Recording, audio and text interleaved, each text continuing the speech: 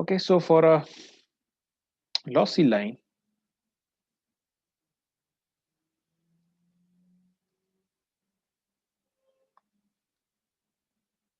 propagation constant as a function of position is equal to propagation constant at the load into e power plus 2 gamma z. And we can also represent it in this manner. So we know that this gamma over here is complex number having a real part alpha and imaginary part beta.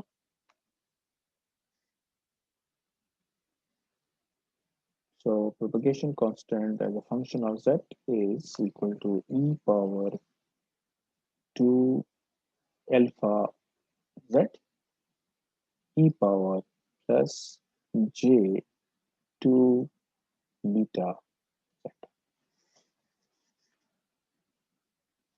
And sometime, uh, because this z is actually related to the position, but that position can also be related to the length of transmission line.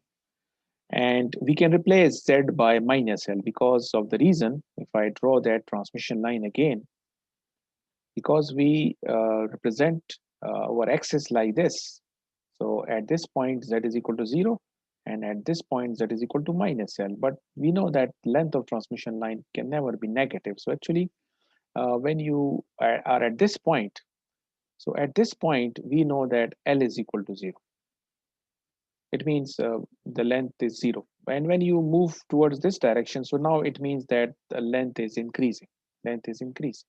Okay. So Z can be replaced by minus L. So if I represent this propagation constant as a function of L, so then you can write this as e power minus 2 alpha L e power minus j 2 beta L.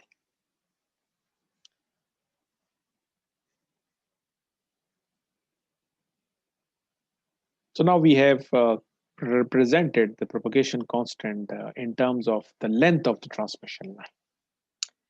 This expression is telling us that on a lossy transmission line, the amplitude, this is the amplitude part, okay?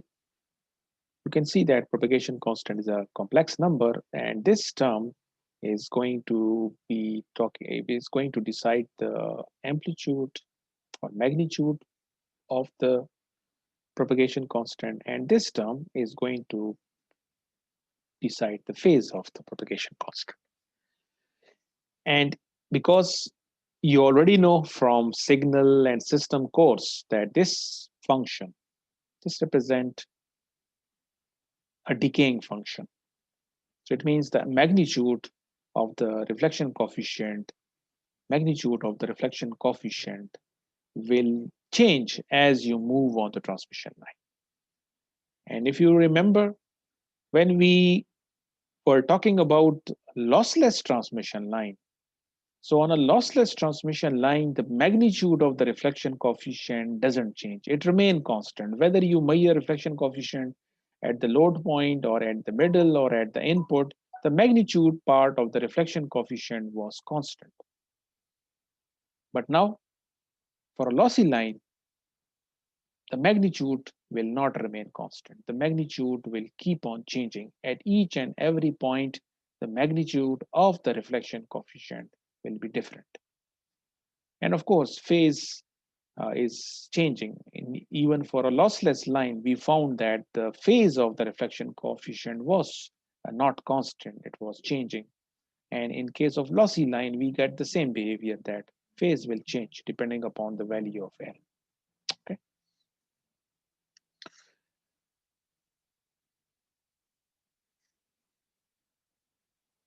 Now, using the same figure, I'm interested now to find out how much is going to be the impedance at this point. Okay, so if I stand over here and find out and look towards the load, so how much will be Zn?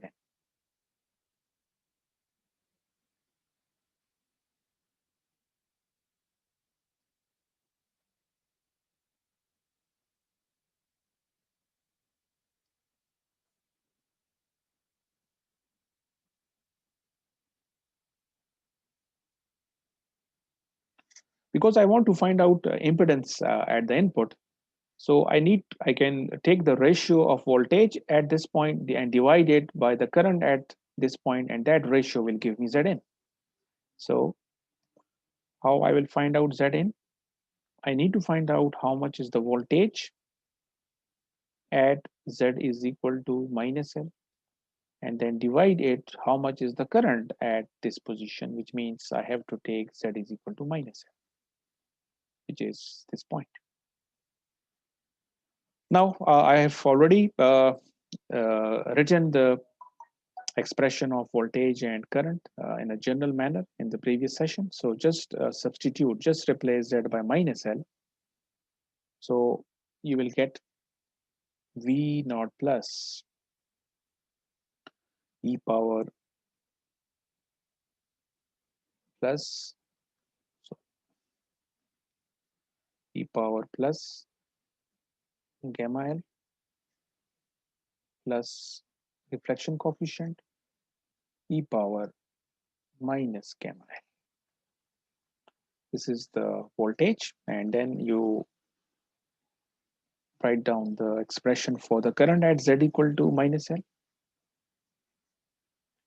So you get E plus gamma L minus reflection coefficient e power minus gamma L.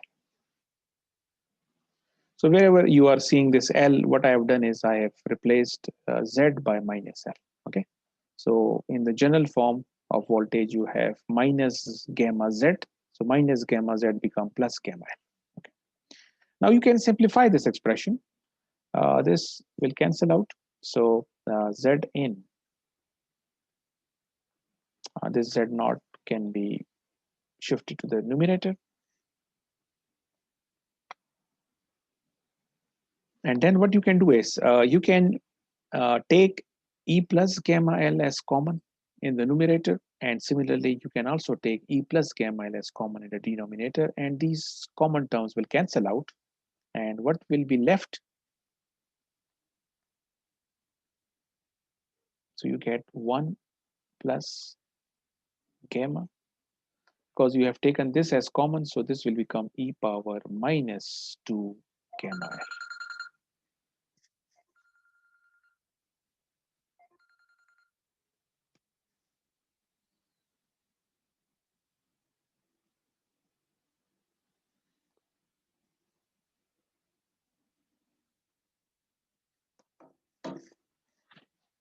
Okay, and in the denominator you get 1 minus gamma e power minus 2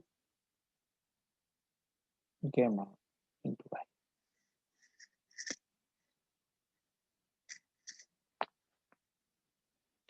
This is one expression of input impedance for a lossy line that you can use.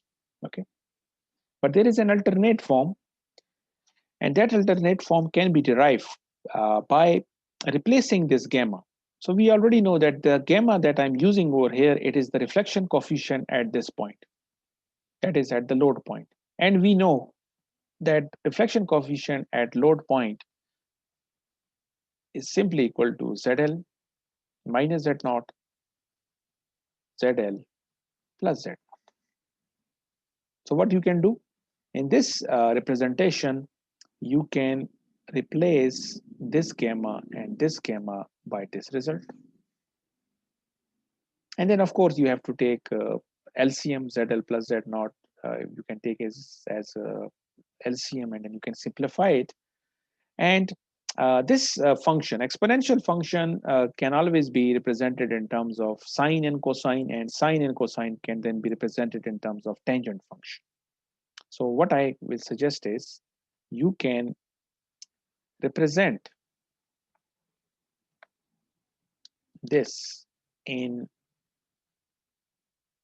alternate form as, so if you do the substitution that I mentioned, this input impedance expression can be converted into this form.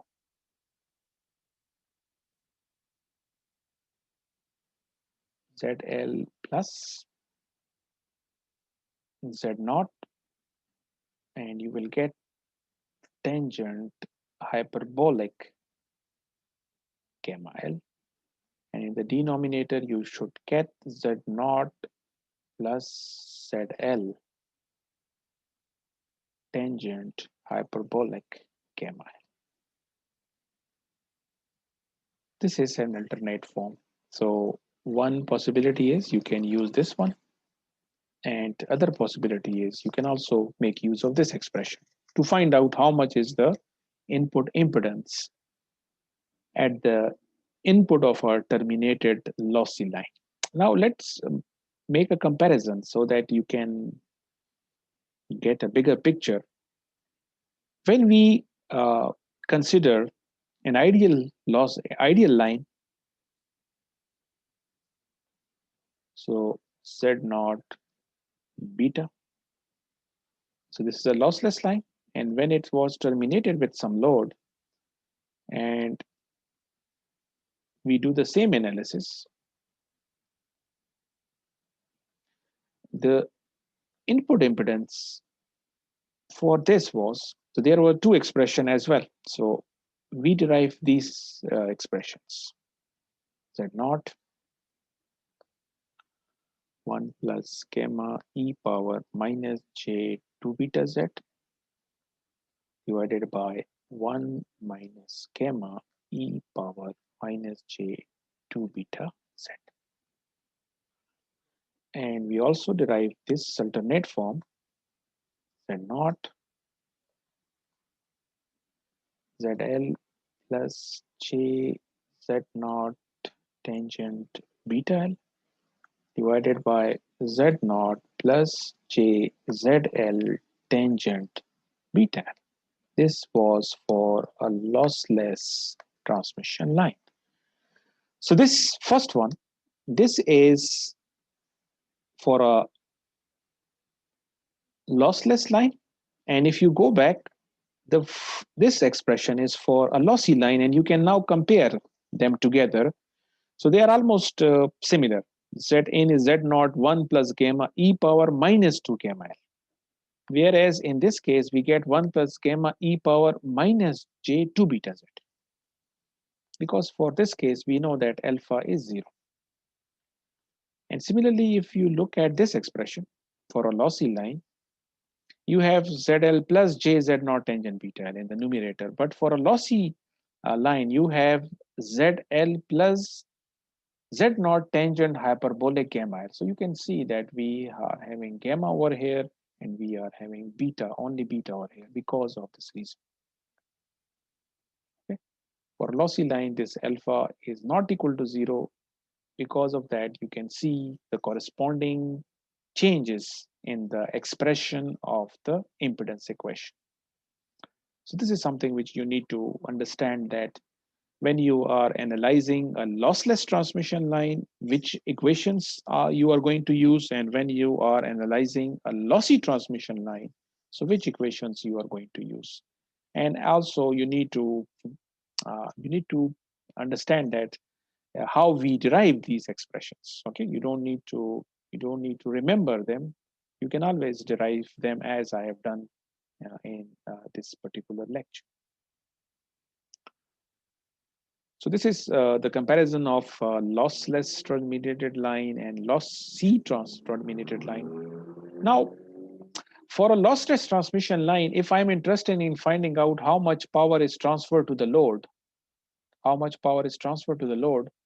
because this is a lossless line, so if I find out how much power is available at this point, the same power will be available at the load because there are no losses.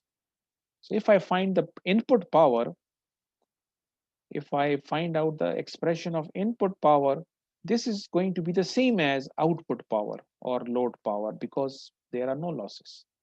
But in case of lossy line, in case of lossy transmission line, whatever power is available at this point, the same power will not be available at the load point, because when this signal travels through this line, some part of the power will be wasted within the transmission line. So let's find out how we can quantify this power, how much power is going to be available at the input of this lossy line, how much is going to be available to the load, and then from these two powers, that is input power and output power, once we know input power and output power, we can always find out how much power is wasted or lost in the transmission. So let's do that. So power calculations.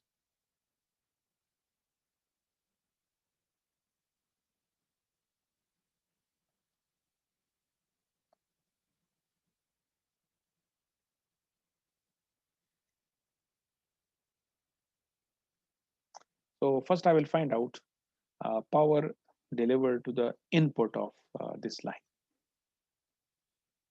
Power delivered to the input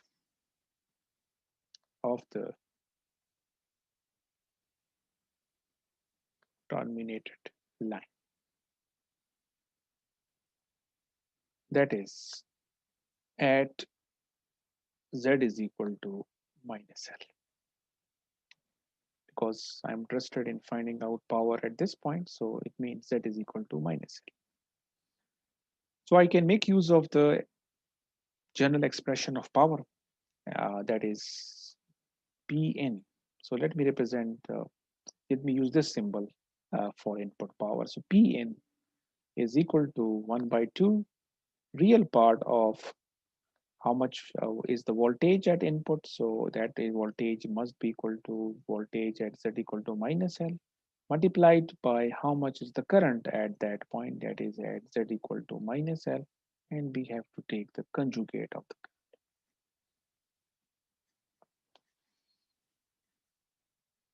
So this expression, once we simplify it, we will be able to find out how much power is available at the input of when we connect a source or generator. So how much power generator or source will be delivering to this point, we can find out with the help of this expression. Now we already know the expression of voltages and current, so I'm not going to do that. So you already know how to find voltage at Z equal to minus L and how to find current at Z equal to minus L. We already have those expressions. If you go back to my previous discussion in the first session, you will find out that we have expressions for V of Z and I of Z. So all you need to do is substitute Z is equal to minus L and then multiply them together. And in the end, you need to, this multiplication of these two will be some kind of a complex number.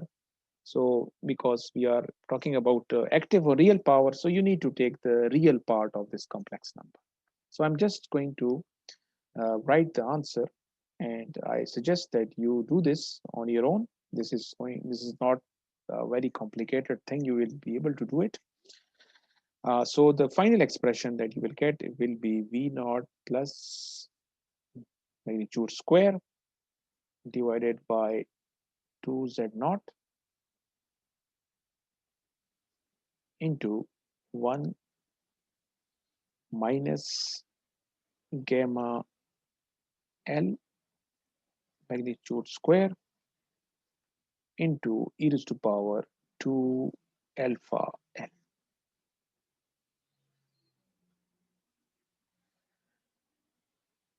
So this Pn, after you use V of Z equal to minus L multiplied with I Z equal to minus L and then take the real part, this is what you will get.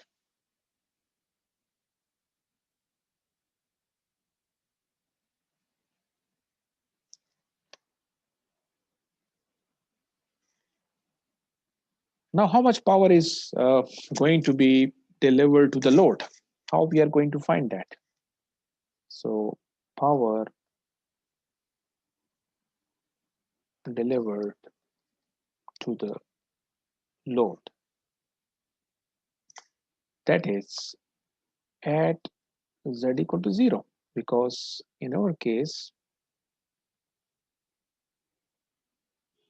yes, this is our load. So how much power is going to be there between these 2 points? It will be,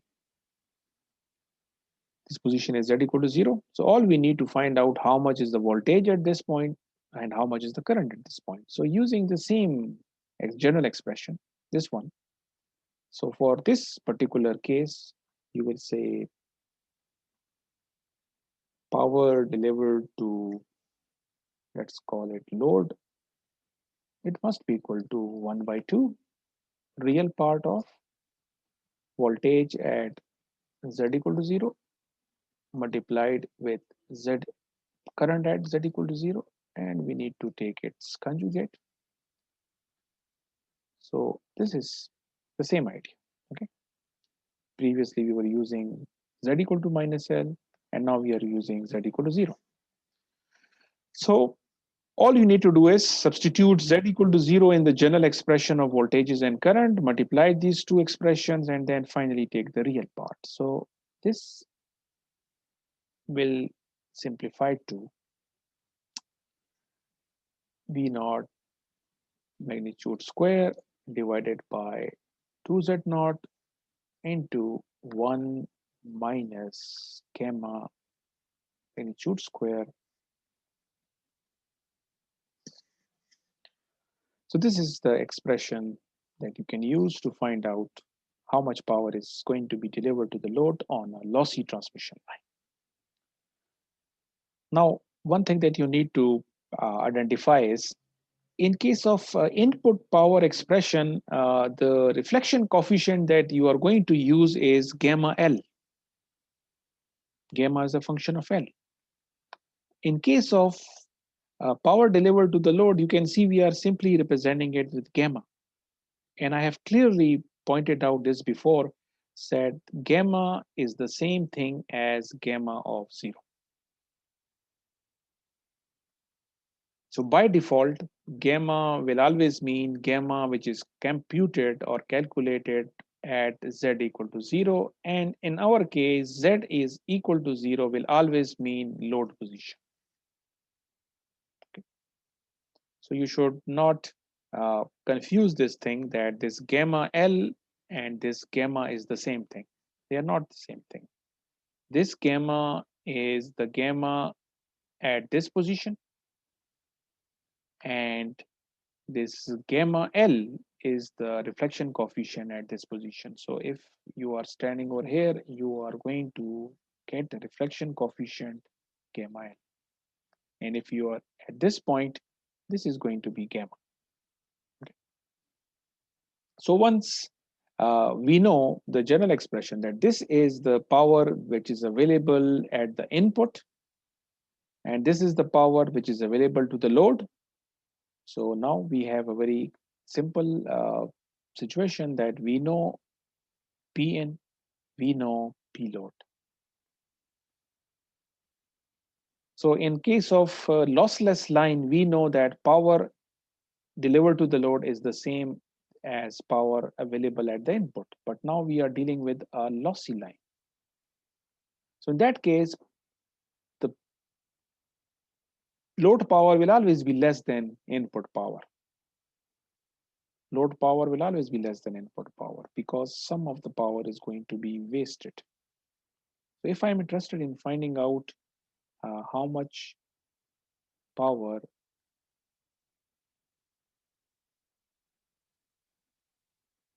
is lost in the transmission line, I can simply find this power by subtracting P in, that is by subtracting power delivered to the load from the input power. So whatever difference is between P in and P load, that must be power which is lost in the transmission line. So P in minus P load will give us power lost. Okay. So now we have P in, we have P load. So all you need to do is this is P in. So take this expression and then minus and then put this expression. And then you can, yeah, always, because this term is going to be common in both expression, this v naught plus magnitude square divided by 2z naught. Similarly, you get this thing. So this term will also be taken as common. And let me write down the result, what you will get from this. After simplification, power lost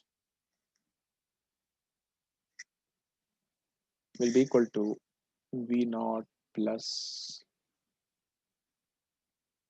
magnitude square divided by 2 times characteristic impedance, and you will get this thing, e power 2 alpha L minus 1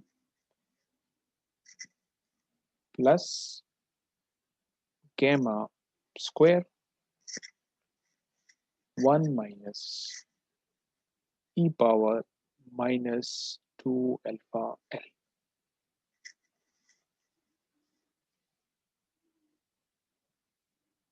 Now, this is the final result that you will get. So, uh,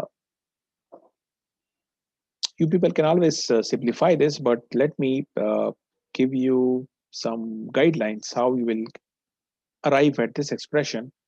In case of Pn, so that what is the expression of Pn? Pn is this thing v naught plus magnitude square 2z naught and then gamma L. So you can see in this final expression, you don't see gamma L. You don't see gamma L. So where has gamma L gone? We have already proved this thing, that this gamma L is equal to gamma at the load position and e raised to power 2 gamma L.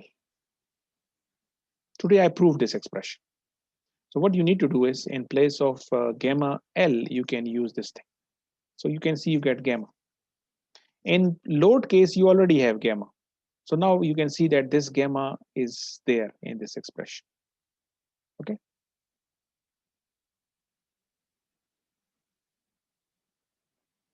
Now we can also see another important pattern in this expression. So power loss. So power loss is P in P load. Okay. So you can clearly see that this power is the power that is going in the forward direction. And this is the power which is reflected back. Okay. So on a transmission line, some power is going in this direction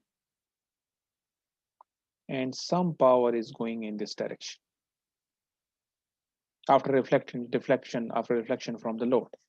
So on this lossy line, there are two waves or signals which are traveling, one from left to right and another from right to left. Now this signal which is traveling in this direction, it is also going to undergo attenuation or loss. So this, how much loss is uh, taking place for this wave which is traveling in the forward direction. So this part, this one, this expression is representing the power wasted or power lost for the forward wave. Okay. And this expression, this part of the expression is telling us how much power is going to be wasted when the signal is traveling in the backward direction or in the direction towards the generator. Okay. So these two terms, you can always assign a physical meaning to this expression. So this, why we have two terms in power loss, why we have two terms in the expression of power loss in a lossy line, because when you connect a mismatch load, so on that transmission line which is terminated by a mismatch load, power will be traveling in the forward direction as well as in the backward direction. Now, whether power is traveling in the forward direction or whether it is traveling in the backward direction, because it is traveling on a lossy line, so it will undergo losses. Okay, so these are forward losses and you can call them as backward losses. So total loss will always be forward loss plus backward loss.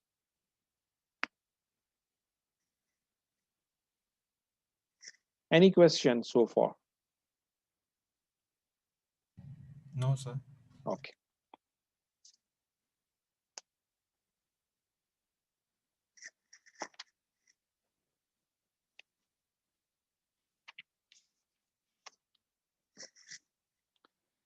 Let me move on to the next chapter, which is the chapter 5 of the textbook. And the title of that chapter is Impedance Matching and Tuning.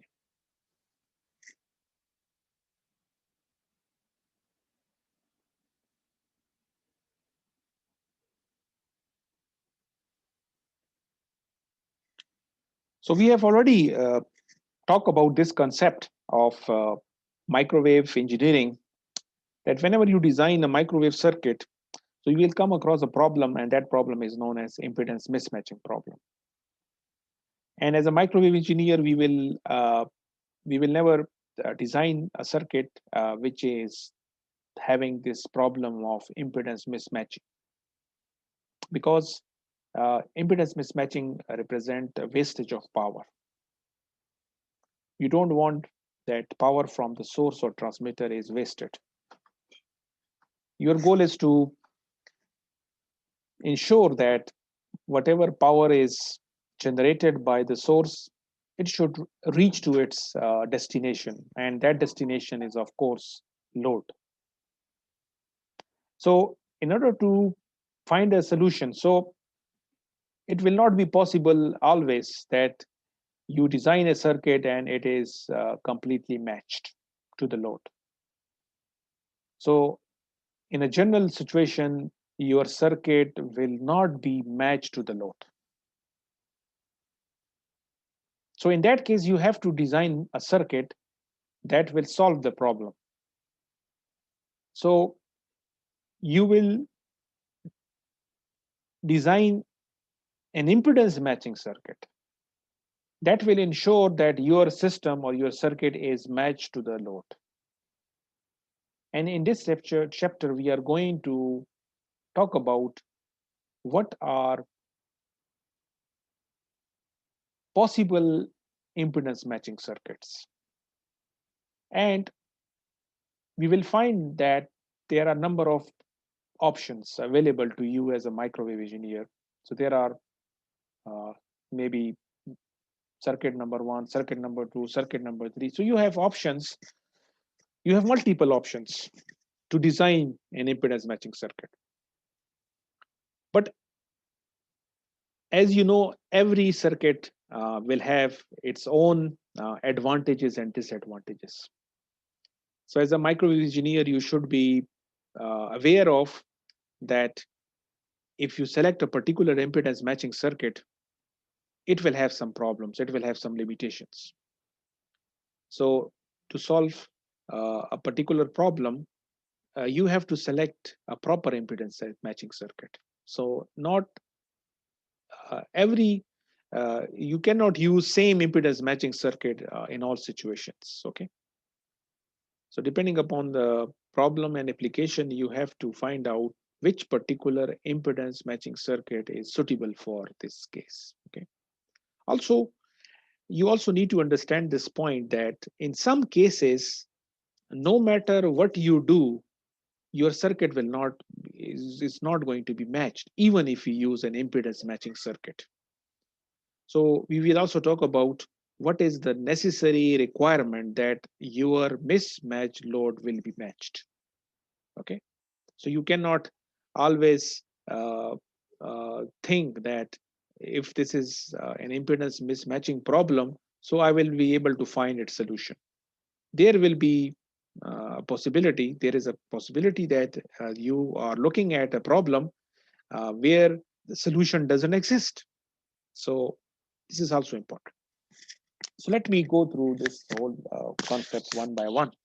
So let me draw a figure with respect to which we will understand the importance of impedance matching circuit. So the problem is there is a circuit which I'm representing with this transmission line. This transmission line is having characteristic impedance Z naught, and you want to connect it to a load which is represented by ZL. And the problem is your system or your transmission line, which is represented by Z naught, and your load, which is represented by its impedance, they are not equal. So ZL is not equal to Z naught. So we call this problem as mismatch, or let me call it appropriately as impedance mismatching problem.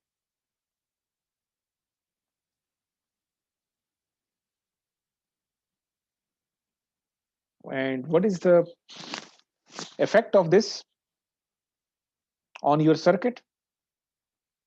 So what is going to happen is any signal which is coming from the source side, you want that signal to be totally transferred to the, or to be totally delivered to the load. But because ZL is not equal to Z naught at this point, there will be reflection coefficient not equal to 0. So now when this signal arrives at this point, some portion will be absorbed by the load. So some power is delivered to the load, but now you also have signal which is traveling in the reverse or backward direction. So we don't want this to happen, because this signal which is traveling back to the source, this is kind of wastage. Our objective is that this signal which is coming back towards the source, it should not be there on the transmission line, because ultimately what is going to happen in a broader sense, so this is now we have a system where the signal is traveling in both directions. So we have forward wave, backward wave, and these two waves are going to combine together, and they are going to create what we call as standing waves. So standing waves are undesirable. Whenever you have this problem, that is, your load is not matched to the system, there will be standing waves, and standing waves is an indication that your circuit is not efficient. It is not a reliable circuit. It is kind of an inefficient circuit, because power is going in the undesirable direction. Okay. So this is the problem that we called as mismatch, impedance mismatching problem. So what is the solution? Solution is overload ZL should be equal to Z naught, but we cannot change the load. Overload is ZL, and our system characteristic impedance is Z naught. So we cannot change ZL or Z naught. So what we want is that even if ZL is not equal to Z naught, we should design a circuit so that there is no standing waves. Okay. So what I will do is to represent it in a block diagram form. So I will say what we will do is, what is the solution to this problem? So